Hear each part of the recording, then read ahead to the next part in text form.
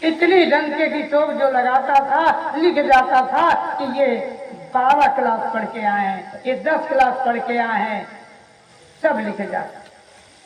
लेकिन एक अष्टावक्र वहां जब पहुंचे राजा जनक के दरबार में, तो गेट पर जो नगाड़ा रखा हुआ उसमें चोट मारना शुरू किया तो बंद ही नहीं कर रहे थे। इतनी चोभे मारा कि दरबारी ने कहा, भैया कितना पढ़ के आए हो?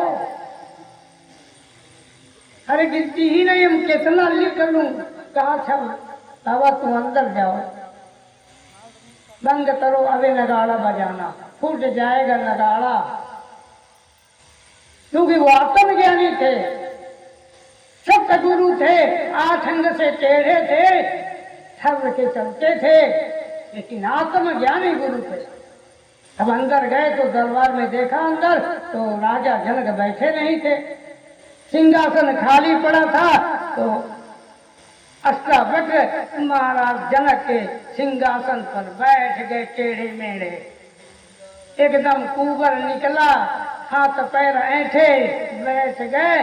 तो बगल में जो एक हाल बना था उसमें जो जवाब नहीं दे पाता था, महाराज जनक के प्रश्नों का उत्तर नहीं देता था, वो वही नजर कर जेल में बंद कर दिया जाता था।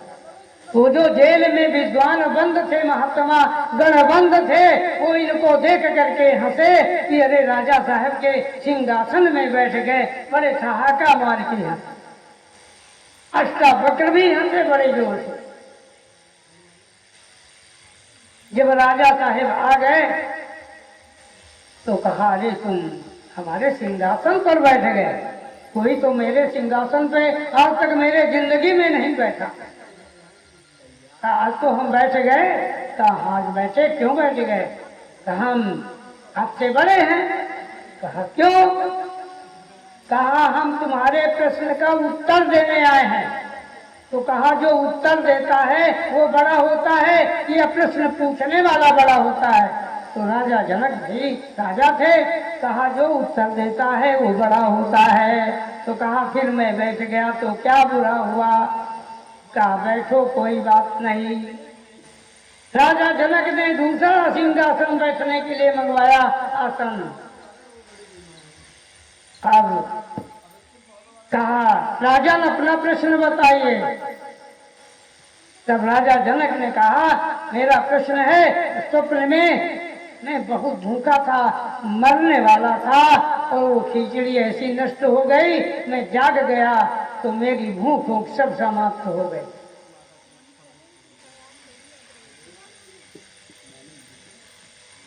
तो ये सत्य है, जब जाग गया तो भूख मेरे नहीं है, और पहले मुझे भूख स्वप्न में थी, तो सत्य क्या है इसमें, यह बताओ। और कहा दूसरा प्रश्न, ये जो चमार यहाँ बंद हैं, तुम्हारे जेल खाने में नजर कैद हैं, इनको क्यों बंद कर रखा है? इसमें कुछ चमार हैं और कुछ गिद्ध भी हैं। तो राजा जनक कहा अरे नहीं, ये चमार और गिद्ध नहीं है। कहा और क्या? कहा ये मुझको देख करके जब मैं सिंहासन पर बैठ गया तो ठहाका मार के हंस रहे थे।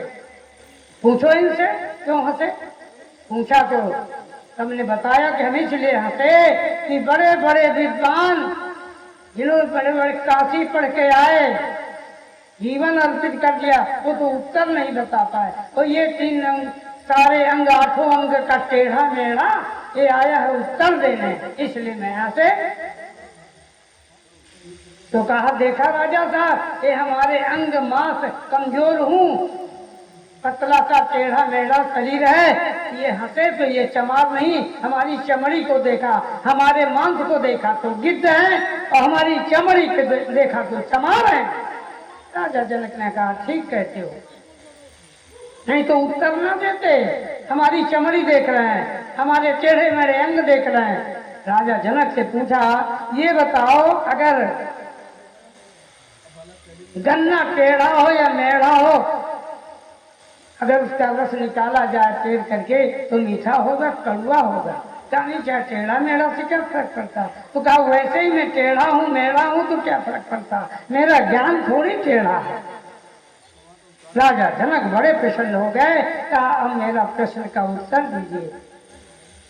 तो कहा हे राजन, मैं इस प्रश्न का उत्तर यहाँ नहीं दे सकता, यहाँ तो सारे विद्वान बैठे हैं, इनको थोड़े इनके सामने बता देंगे। अब आपका प्रश्न है, अब उत्तर देने की इच्छा से आया हूँ, इसलिए किनारे जंगल में चलिए बाहर। और जंगल में ले गए एकांत में, जैसे माता पार्वती को भूत भवन भोलेनाथ ने वो कथा सुनाई। हाँ हाँ भर रही थी ना हुंकारी। ऐसे ही जंगल में ले गए राजा जनक को अष्टावक्र, और वहां ज्ञान दे दिया। और जब ज्ञान दे दिया तो अब देखा भगवान को प्राप्त कर लिया, तो भगवान को आंखों से ओझल ही नहीं करना चाहते थे, वहीं बैठे अष्टावक्र चले आए। और यहाँ जब कई दिन बीत गए तो कहा भैया वो टेढ़ा मेढ़ा जो आया था वो राजा को लेकर गया, और राजा 3 दिन से आ नहीं रहे दरबार में, कहाँ है राजा? पता लगाया सब मंत्रियों ने, वो अष्टावक्र के यहाँ गए, उनसे पूछा राजा को कहाँ छोड़ा? कहा मैं तो वहाँ छोड़ के चला आया। देखा वही आज भी राजा साहब बैठे, कई दिन बीत गए। कहा ऐसे अचानक मत जगा देना, तरकीब बताई, अकल बताई, धीरे धीरे इनको होश में लाना है। वो किस अवस्था में है इसका भी ज्ञान अमर कथा में बताएंगे। 6 अवस्थाएं जीव की होती हैं, इतनी जैसे बर्फ की अवस्थाएं 3 होती हैं, वो जल की बर्फ बन जाती है, पानी बन जाएगा, भाप बन जाएगी। ऐसे जीव की एक ऐसी अवस्था है, उस अवस्था में को प्राप्त करके ही अमर लोक को जाता है, वरना 84 में फंस जाता है। वही अमर कथा में पूरी विद्या बताई जाती है, जो हम 7 दिन में बताने के लिए इस कथा का आयोजन करते हैं। वरना चाहे जीवन भर कथा सुनते रहो, आनंद आएगा, दुख दूर हो जाएगा। जब तक कथा सुनोगे, जब इसका नशा हिरन हो जाएगा तो फिर उसी में चलेगा। अगले दिन कथा सुनाएगा। इस प्रकार से राजा जनक को अष्टावक्र ने ज्ञान दिया था। इसलिए संतों ने कहा है आत्म ज्ञान बिना नर भटके, कोई मथुरा कोई काशी, और पास बसे और दूरी बतावे, दूरी के बात निराश। कहीं दूर नहीं है, वो हाजिर तुम्हारे पास है। वो केवल गुरु जब सच्चा मिल जाएगा तो बताएगा। इसके लिए मैं 30 मिनट का पढ़ने समय लेता हूँ। राजा परीक्षित की मुक्ति के बाद मैं सुनाना शुरू कर देता हूँ वो कथा, और 7वें दिन तक प्रयास करता हूँ कि वो ज्ञान प्राप्त हो जाए आपको, जो माता पार्वती को भोलेनाथ ने सुनाया था, सुखदेव मुनि ने राजा परीक्षित को सुनाया था। और शरीर तो छूटेगा, लेकिन क्या फर्क पड़ता है ये मैं वही बताऊंगा। ये ऐसे बताने की चीज नहीं है, जब तक गुड़ नहीं खाओगे तब तक मिठास का पता नहीं। बोले सच्चिदानंद भगवान की। तो ये भी पता लग जाएगा भजन करने से और ना करने में, दोनों में क्या अंतर हो। ऐसे बात समझ में नहीं आएगी। इस विद्या को, इस प्रश्न के उत्तर को जानने के लिए आप सबको अलग से हमें समय देना पड़ेगा, कम से कम 3 दिन का। तो आप 3 दिन ही शेष बचे हैं, तो कल सीजन सही रहेगा। तो यदि कोई इस बात का उत्तर चाहता है तो करीब 9 बजे हमारे पास आएगा। 1-2 लोग, 3 लेडीज आएंगे तो 2-3 लोगों से कम नहीं। जेंट्स चाहे 1 आ जाए उसे भी बता, लेकिन वो भी पात्र होगा तो बताएंगे, वरना इनकार भी कर देंगे। बोले सच्चिदानंद भगवान की। आनंद कंद जयकारा नहीं लग रहा है, श्रद्धा है। मैं फेफड़ा फाड़े दे रहा है। चिड़ैया का मारा तो लड़कवन का खिलवाड़, वही हाल है। जैसे कभी कभी देखा हमारे पास नातिन है, और लूलू लूलू चाहे चीटी हो चीटा तो मारना शुरू कर देती है। बस उसको क्या पता खेलना है। बोले आनंद कंद भगवान की। सच्चिदानंद भगवान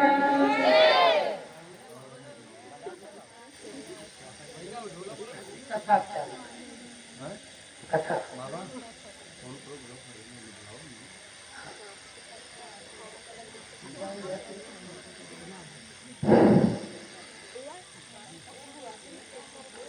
तो मथुरा में जन्म हो गया कन्हैया का। गोकुल में जन्मोत्सव मनाया जा रहा है। कंसासुर बड़ा बेचैन है कि मेरा तो काल, क्योंकि वो कन्या ने बताया, हे कंसासुर तू मुझे क्या मारेगा, तेरा मारने वाला गोकुल में पैदा हो। बड़ा प्रयास कराया कि कल रात में जितने बच्चे पैदा हुए हो सबको मार दिया जाए, लेकिन किसी को नहीं मरवा सका। ये भगवान की लीला है। अंत में वो अपनी बहन एक पूतना थी, उसको बुलवाया और कहा, हे बहन, भाई पर संकट है, संकट का निवारण करो। कहा, बताओ क्या भैया, क्या संकट है? कहा, मेरा काल गोकुल में पैदा हो गया, उसे मारना है। कहा, मैं तो कहाँ है? बताया, वो कन्हैया है। कहा, मैं तो चुटकी के साथ अभी मार के आती हूँ। और पूतना सज रही है। 2-3 प्रश्न में व्यास जी ने लिखा है कि पूतना कितना सज रही है। इतना सजा है, बताने में बड़ा समय लग जाएगा। मानो साक्षात लक्ष्मी जी का अवतार हो गया। इतना सज रही है, अलकाएं लटकाया, करण फूल कान में पहना, जूड़ा बढ़िया बनाया, झाड़ी लगाया, गजरा सजाया, काजल लगाया, सारे अंगों में आभूषण धारण कर लिया। मानो साक्षात लक्ष्मी वैकुंठ धाम जा रही हैं, भगवान विष्णु से की सेवा में जा रही हैं। और वो चल दिया गोकुल में कन्हैया को मारने के लिए। और क्या उपाय बनाया? हलाहल विष अपने स्तन में लगा लिया और वहां जैसे पहुंची, कई कवियों ने तमाम तरह से लिखा है कि वो पालने में झूल रहे थे, उस समय पहुंची तो जैसे धोखे से सांप को उठा ले कोई रस्सी समझ के, ऐसे कन्हैया को उठा ले। कन्हैया के पास जब पहुंची पूतना तो आंखें बंद कर लिया। क्यों? पूतना बाल घातनी है, गंदे विचार से आई है। आंखें इसलिए बंद कर लिया कि जब सामने दर्शन हो जाएगा तो इसके पाप सब नष्ट हो जाएंगे, पहले इसको मारना है। और कुछ लोगों ने कहा, विद्वानों ने लिखा कि कन्हैया याद कर रहे हैं भोलेनाथ को, क्योंकि समझ रहे हैं कि अस्तन में पूतना हलाहल विष लगा के आई है कि तुम्हारी मदद हम करते तो तुम हमारी मदद करो भोलेनाथ। आज इस हलाहल विष को तुम पियो, खींचेंगे हम, पियोगे तुम। इस प्रकार से आंख बंद करके भोलेनाथ का ध्यान कर रहे हैं। और इधर विद्वानों ने कई ढंग से प्रेम सागर में और लिखा, विश्राम सागर में और लिखा, थोड़ा बहुत तरीके में फर्क है। मैया जसोदा के पास पहुंची, कहा, बहन बड़ी देर हो गई है, 80 साल में नंद बाबा को एक कान्हा जी का जन्म हुआ है, तो बड़ी बधाई देने आई हूँ, बड़ी खुशी की बात है, देर हो गई हमको आने में और बधाई लूंगी आपसे। तुम्हारी कोख जो बंद थी खुल गई है। मैया यशोदा ने सोचा कि कहीं नजर लगा दे, पता नहीं किसके घर से आई। गोद में डाल लिया कान्हा, खिला लिए, उदा लिए, नहीं तो कहूँ लगा दिया तो ना, तुम खाए मोरा हीरा लाल अभी बीमार हो जाए। जैसे डाल दिया, पूतना को नंबर इंतजार ही था और आंचल ऊपर चढ़ाया और अंदर किया कन्हैया को, कहा दूध पिला दिया और स्तन में लगा लिया। कन्हैया को इंतजार ही कर रहे। जैसे ही कन्हैया ने खींचा, जोर से स्तनपान करने लगे, पूतना की पुतली ऊपर चढ़ गई, पसीना छूट गया। केवल इतना मुंह से उच्चारण हुआ कि बचाओ बचाओ करके भगी और गोकुल नगर के बाहर धड़ाम से गिर गई। तो कई योजन की वो लंबी चौड़ी बन गई, कई पेड़ जितने साथ में पड़ गए सब गिर गए। धड़ाम से आवाज हुई, गांव के सब लोग इकट्ठा हो गए। रोहिणी दौड़ी, मैया जसोदा दौड़ी और कहा, है मोला हीरा लाल, अरे ये राक्षसी है, ये कंसासुर ने भेजा है मेरे कान्हा को मरवाने के लिए। यशोदा मैया ने उठा लिया कन्हैया को, लेकर चली आई घर। कपिला गांव के पूछ से झाड़ा मार रही है, झाड़ फूंक करवा रही है। इधर सारे ग्वाल वाल पूतना को कुल्हाड़ी से काट के चिता लगा के फूंक दिया। और जब पूतना को फूंका तो खुशबू आ रही थी जैसे हवन में खुशबू आती है। क्यों? सारे पाप नष्ट हो गए पूतना के, तर गई, वैकुंठ चली गई। भगवान ने भजन में सुना होगा, जब जब मारा तब तब तारा। जिसको मारते भगवान उसे तार लेते। बोले कन्हैया लाल की। इस प्रकार पूतना का कल्याण हो गया। और एक दिन तमाम बाल लीलाएं इतनी हैं कि जब ये महीनों कथा चले तो कुछ ये पूरा हो। क्या नाम है? शत्रुघ्न। हाँ, आप हैं श्रीमान शत्रुघ्न। ये भगवान की कथा में ये 51 मुद्राएं समर्पित हैं। परमात्मा उन्हें सुख शांति प्रदान करें। बोले आनंद कंद भगवान की। हाँ, अंकित की ओर से 21 मुद्राएं समर्पित हैं। परमात्मा उन्हें सुख शांति प्रदान करें। बोले आनंद कंद भगवान की।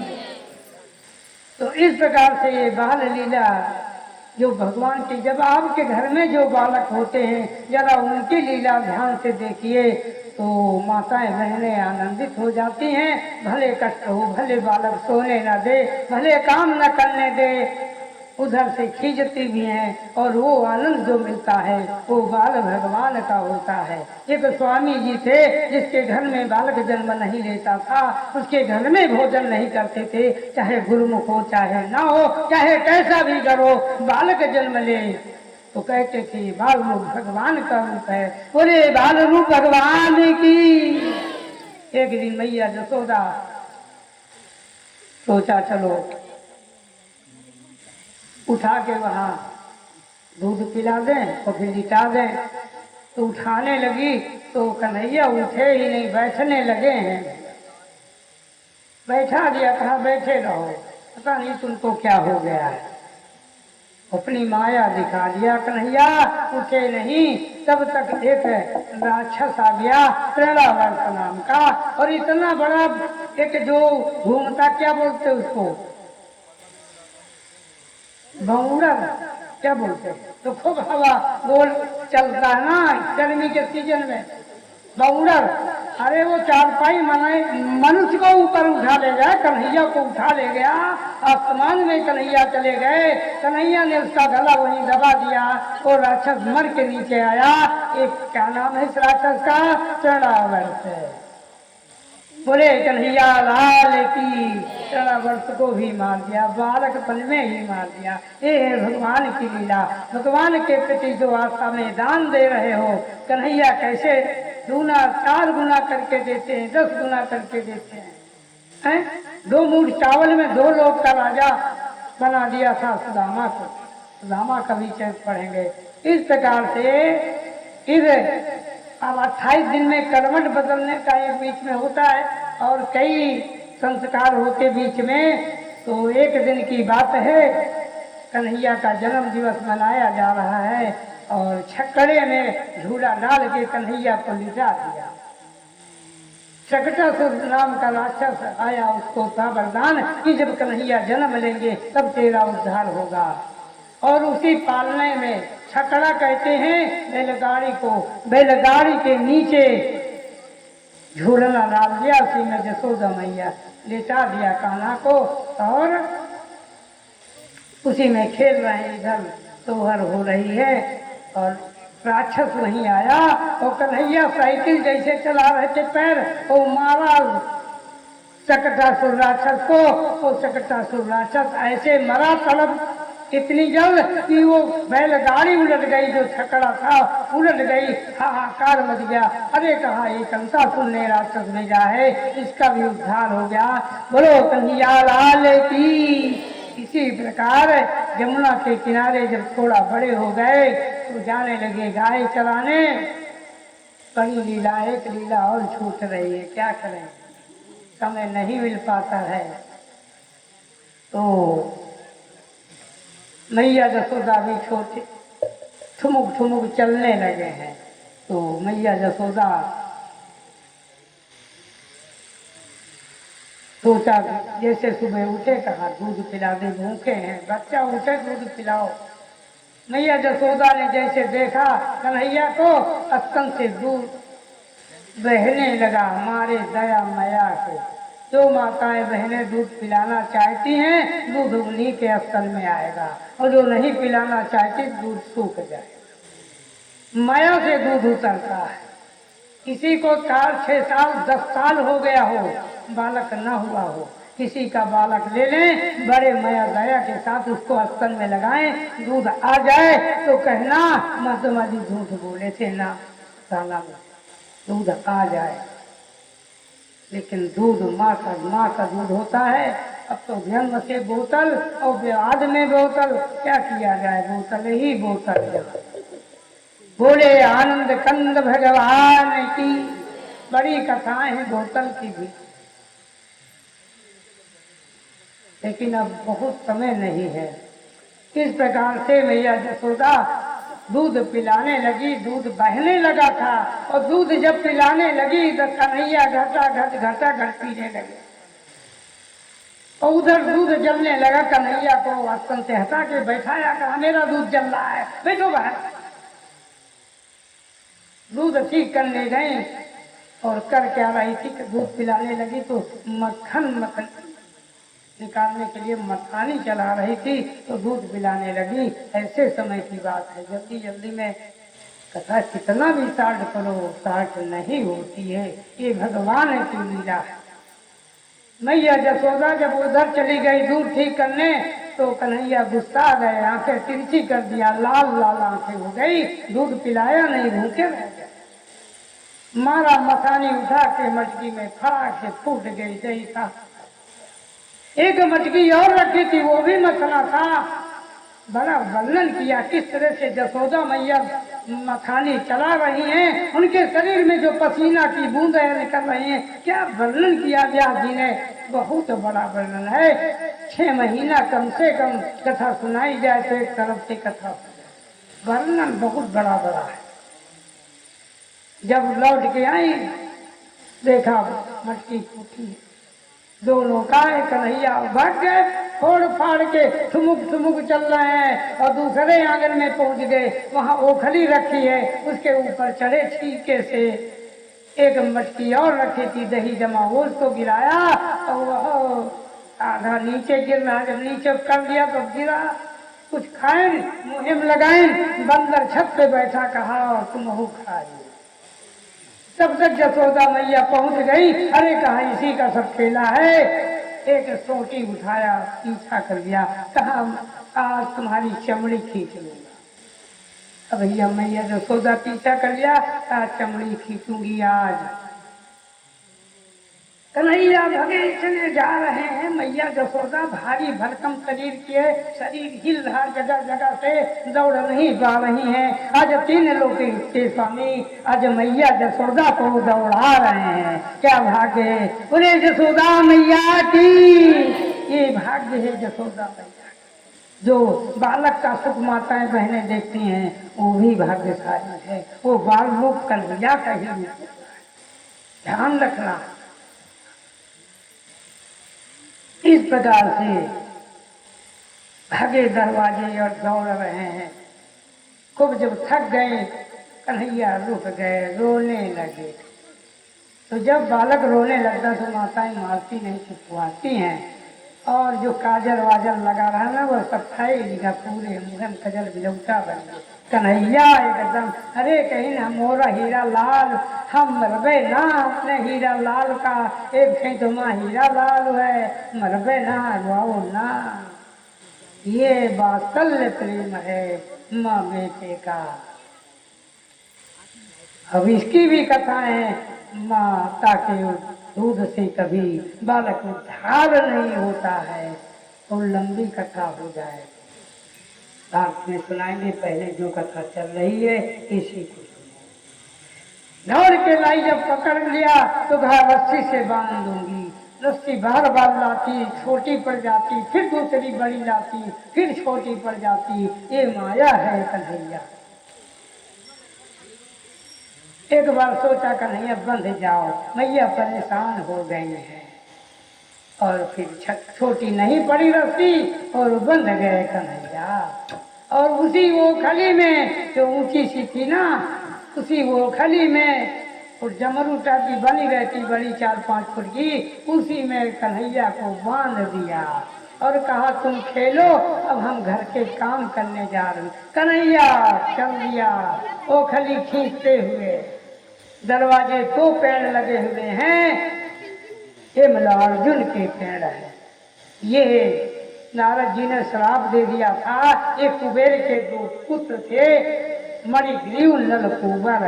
ये वस्त्रहीन अवस्था में अपनी धर्म पत्नियों के साथ जल क्रीड़ा कर रहे थे, जल में स्नान कर रहे थे। नारद को देख करके ये दोनों नलकुबर मणिग्रीव वस्त्र नहीं धारण किया था और इनकी जो धर्म पत्नियां थे झाड़ियों में छिप गई, लेकिन इनको श्राप तक गया। तुम वृक्ष जैसे वस्त्रहीन अवस्था में खड़े रहे, जाओ तुम वृक्ष हो जाओ। तो ये वृक्ष हो गए, हाथ जोड़े। महाराज मद धन के मद में मैंने आपका सम्मान नहीं किया, क्योंकि कुबेर के पुत्र हैं, खूब धनवान हैं, तो मारे मद के धन के मद में होंगे नारद खाते होंगे नहीं। कभी भी साधु महात्मा कोई अपने से सेठ हो, अभिवादन जरूर करें, मर्यादा के साथ उनके साथ व्यवहार। कहा अच्छा जाओ, बड़े विनती करते हो, तो जब कन्हैया का अवतार होगा तब तुम्हारा कर्म तारण हो जाएगा। आज कन्हैया जब वो कली घसीटने लगे तो वो दोनों पेड़ों के बीच से वो कली अटक गई और जोर लगाया तो दोनों पेड़ गिर गए, दोनों देवता प्रकट हो गए। बोले कन्हैया लाल की, उद्धार हो गया दोनों का। विनती करने लगे, स्वर्ग को चले गए। इस प्रकार से इतनी लीलाएं हो गई सबको। इस प्रकार से अब थोड़ा और बड़े हो गए तो गाय चराने जाने लगे और जमुना के किनारे कंसासुर ने बकासुर, अघासुर कई राक्षसों को भेजा और सबको मार गिराया, लेकिन वो किसी को हानि नहीं पहुंचा पाए और धेनुकासुर को मार गिराया। बाल्य अवस्था में बोले कन्हैया लाल की। अब इधर कंसासुर बड़ा बेचैन है, क्या करूं मैं, जितने राक्षस भेजा कोई भी लौट के नहीं आया, हाल चाल भी नहीं बताया कि कन्हैया को मारने की बात क्या कर, कोई लौट के भी ना आया। तब कहा क्या किया जाए और क्या उपाय है। सब मंत्रियों को बुलाया और कहा कोई उपाय बताओ। कहा क्या उपाय बताएं, कितने राक्षस भेजे गए, कोई वापस ना आया। नारद जी अचानक पहुंच जाते हैं। कहा कि क्या बात है कंसासुर, ये तुम्हारा चेहरा इतना कुमिलाया हुआ क्यों है। अरे सिंहासन पे बैठ के खिलखिला के हंसना चाहिए, चेहरा तेज होना चाहिए, लेकिन तुम्हारा चेहरा क्यों मुरझा रहा है। बताया कि कोई चारा नहीं चल रहा, मेरा काल जो गोकुल में है कन्हैया के मारने के लिए मैंने बहुत उपाय किया, लेकिन मरवा नहीं। चारे कन्हैया को मारना चुटकी का खेल है। कहा चुटकी का खेल है। कहा हाँ। कहा एक चिट्ठा भिजवा दो। क्या चिट्ठा भिजवा दो, काली जैसे कमल पुष्प लाके हाजिर कर दो। देखते हैं कौन माई का लाल जाता है काली जैसे कमल पुष्प लाने, जो जाएगा तो कालिया दस लेगा, तुम्हारा काल वही कन्हैया मर जाएगा। ये बात पसंद में आ गई। कंसासुर के एक फरमान चिट्ठी भिजवा दिया।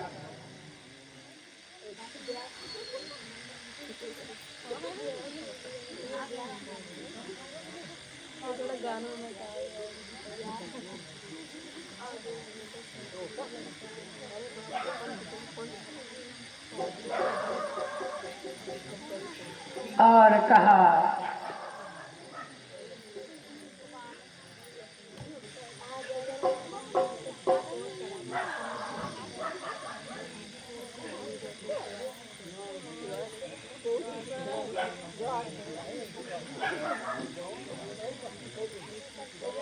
बोले आनंद कंद भगवान की, चिदानंद भगवान की। हाँ।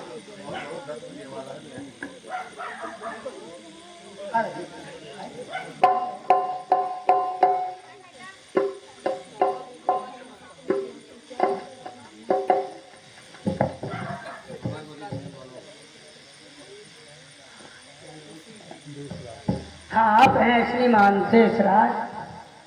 भगवान की कथा में 20 मुद्राएं समर्पित हैं। परमात्मा ने सुख शांति प्रदान करें। बोले आनंद कंद भगवान की, सच्चिदानंद भगवान की। इस प्रकार से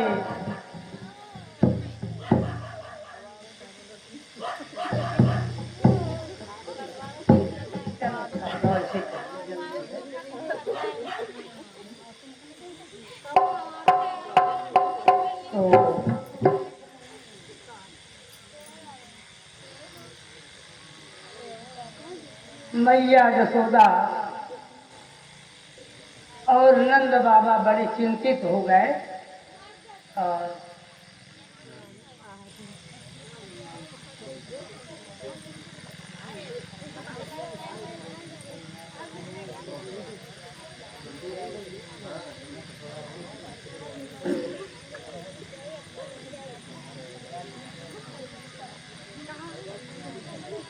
मैया यशोदा और नंद बाबा बड़े दुखी हैं, रो रहे हैं। कन्हैया कहते हैं, ए मैया माखन मिश्री खिलाओ। तो मैया कहती हैं, खा लो बेटा आज माखन मिश्री, कल से पता नहीं आगे भाजी के लिए तरसना पड़े। कहीं नंद बाबा होंगे, कहीं मैया यशोदा होंगे। मैया रो रही हैं। कन्हैया कह रहे, माता ये बताओ कल बाबा को क्या कष्ट होगा और मैया आपको क्या कष्ट होगा? ये कौन आपके आंखों से आंसू बह रहा है, जरा उसको बता तो दो। मैया यशोदा नंद बाबा कहते हैं, कंसासुर के यहाँ से एक चिट्ठी आई है, उसमें लिखा है, काली जैसे कमल पुष्प ला करके हाजिर करो दरबार में, अगर नहीं हाजिर करते हो कि सजा, जेल, फांसी, पता नहीं क्या हो जाए।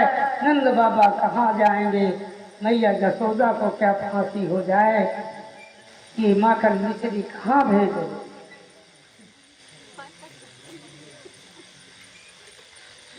कन्हैया कहते हैं, ए मैया मत रो, केवल इतना बताओ किसने गलत जबान चलाई है, उसकी जबान कटवा दो। उंगली दिखाई हो तो उंगली कटवा दो।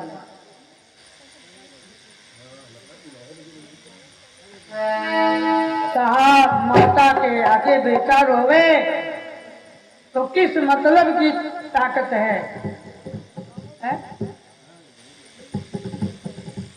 बेटे के आगे माँ रोवे तो ऐसे बेटे को नालत है, बताओ जल्दी, ब्रह्मांड उलट दूंगा।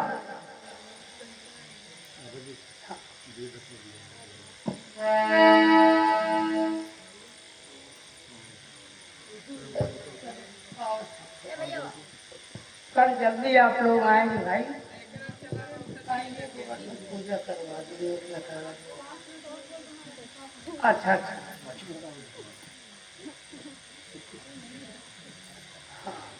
इस प्रकार से मैया यशोदा को समझा रहे हैं।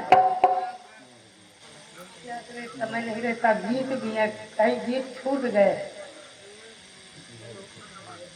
फिर गीत छूट रहा है, हम पूरा संगीत में सुनाते हैं। हाँ नहीं छोड़ेंगे नहीं। तो क्या कहते हैं, हो जाए गीत हो जाए फिर साथ में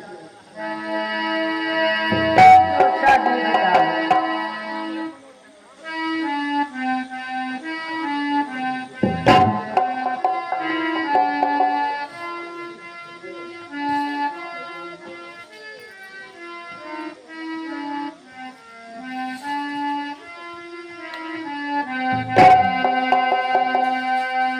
माँ की सेवा जो नहीं करता है उद्धार नहीं। काशी जाओ मथुरा जाओ या जाओ हरिद्वार, माँ पिता को छोड़ के तीरथ करना है बेकार, करो माँ बाप की सेवा उसी हो सारे देवा।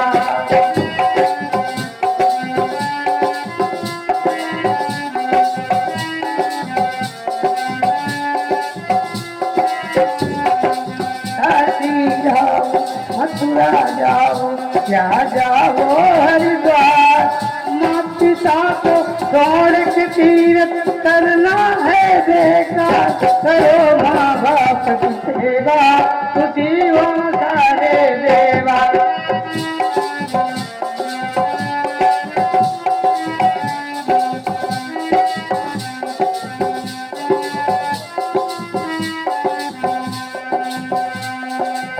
प्रकार से चल दिया, पहले माते रो नहीं, मैं तुम्हारी सेवा करूंगा। अंधी अंधा मात पिता चलवन तीरथ लाए,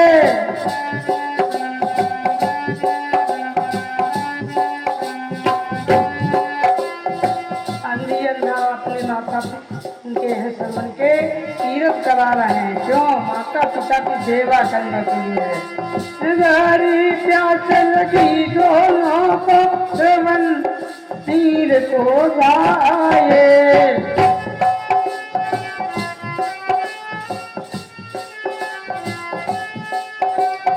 भारी प्यास लगी श्रवण, भारी प्यास लगी दोनों को श्रवण तीर को जाए।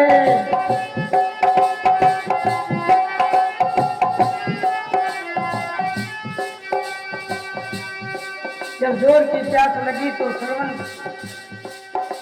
पानी लेने की भारी प्यास लगी दोनों को श्रवण नीर को जाए।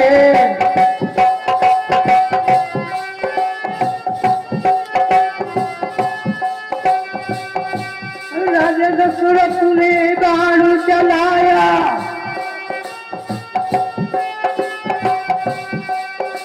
हाल में हाल करो माँ बाप की सेवा खुशी हो सारे देवा।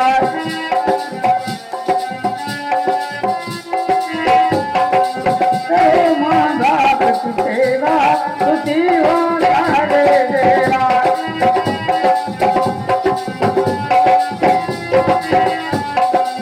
काशी जाओ मथुरा जाओ या जाओ हरिद्वार, मात पिता को छोड़ के तीरथ करना है बेकार, करो माँ बाप की सेवा उसी हो सारे देवा।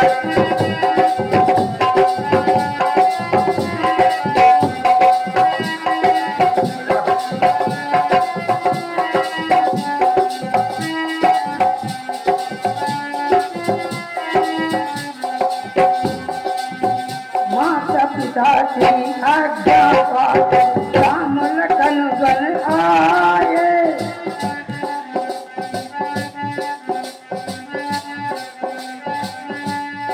माता पिता की आज्ञा लेकर के राम लखन वन को चले गए। माता पिता की आज्ञा पाकर राम लखन वन आए, शक्ति बाण लगी लक्ष्मण को हनुमत भूति लाए।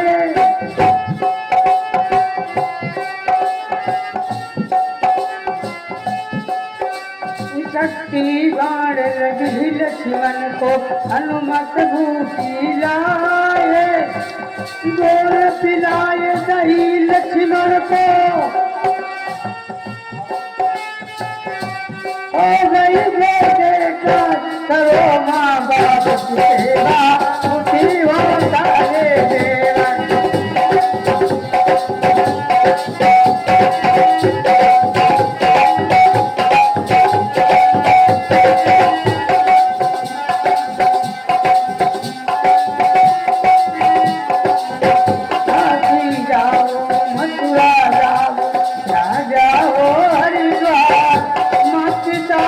छोड़ के तीरथ करना है बेटा, करो माँ बाप की सेवा, उठी होता है देवा।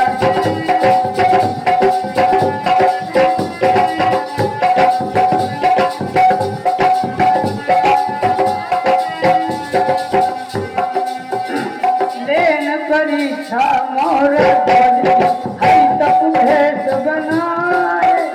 मोर भक्त के राजा उनकी परीक्षा लेने के लिए भगवान एक तपस्वी का भेष बनाया, एक योगी का भेष तपस्वी का बनाया और मौरव और राजा के दरबार में पहुंच जाते हैं और कहते हैं आज सत्कार करो राजन, भक्त हो। और कहा हम तो जो खिलाओगे पालेंगे, लेकिन हमारे साथ एक बाघ है, इसको क्या खिलाओगे? कहा महाराज जो को। कहा इसको तो अपने पुत्र का मांस खिलाना होगा, अपने हाथों से आरे से चीरना होगा। इतनी सख्त परीक्षा मौरव राजा की हो गई। लेन परीक्षा तप भेष बनाए,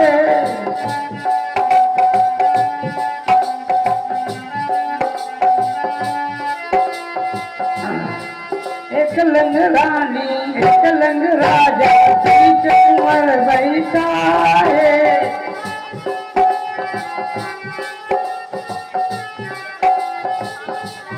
एक तरफ राजा लग गए, एक तरफ रानी, और आरा हाथ में लिया और पुत्र को छीनने लगे। एक लंग रानी एक लंग राजा बीच कुंवर बैठा है।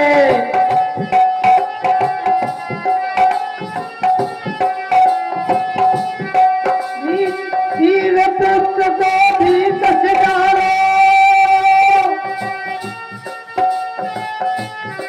बहे खून की करो माँ बाप की सेवा, खुशी होता है देवा।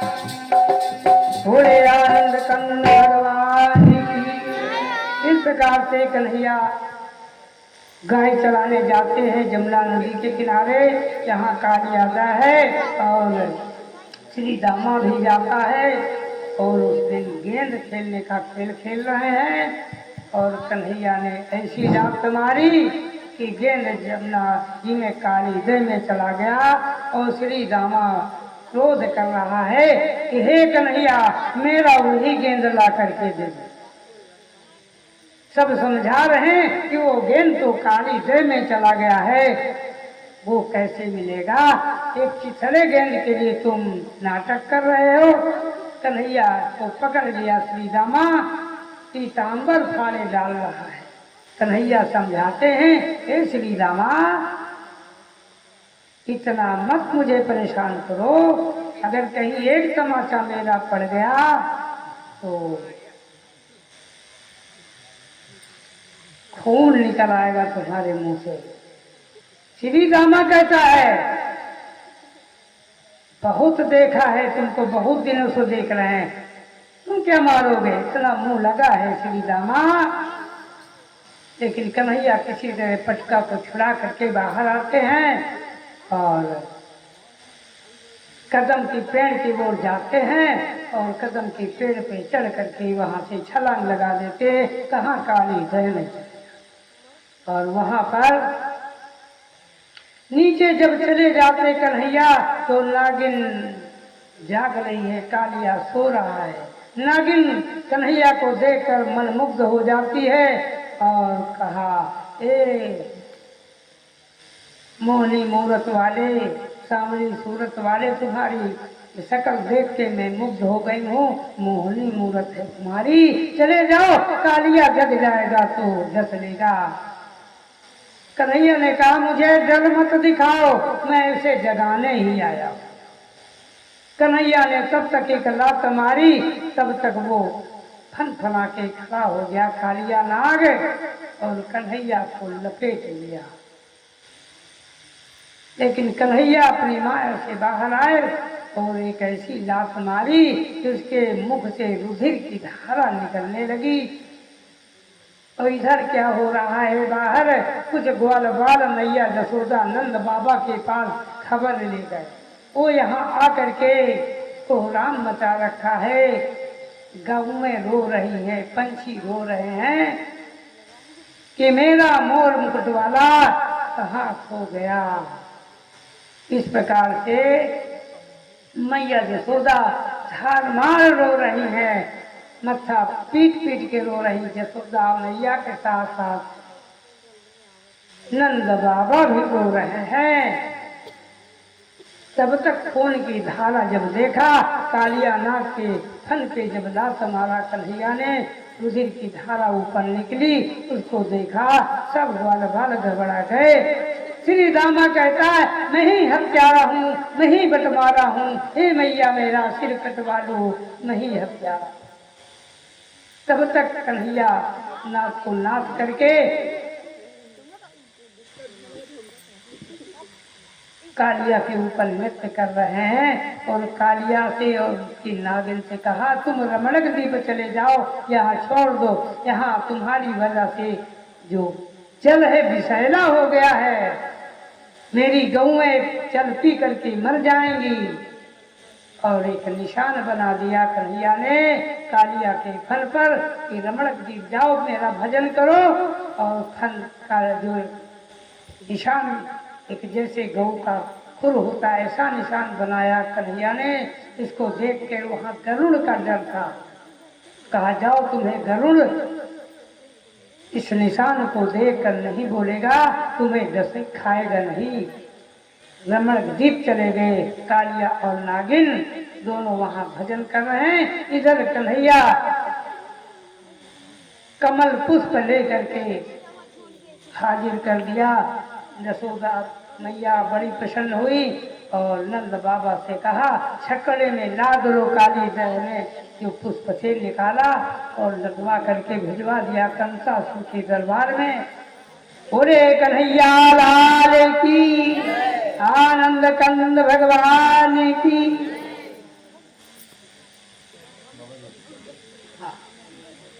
अब आप सभी लोग व्यास माधुरी जी से आप लोग कथा